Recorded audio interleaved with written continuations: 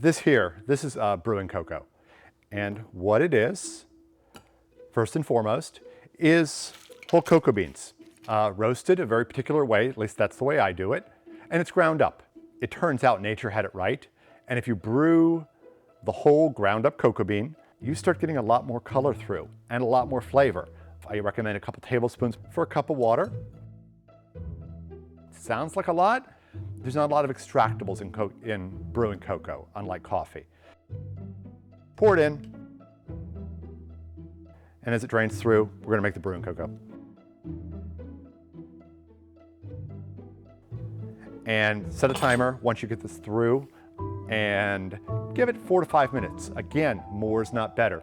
6, 8 minutes, starts getting funky, astringent flavors. That's actually pretty well brewed right now. I can just tell by the color I've done this enough, and it's been sitting here for 5 minutes off and on.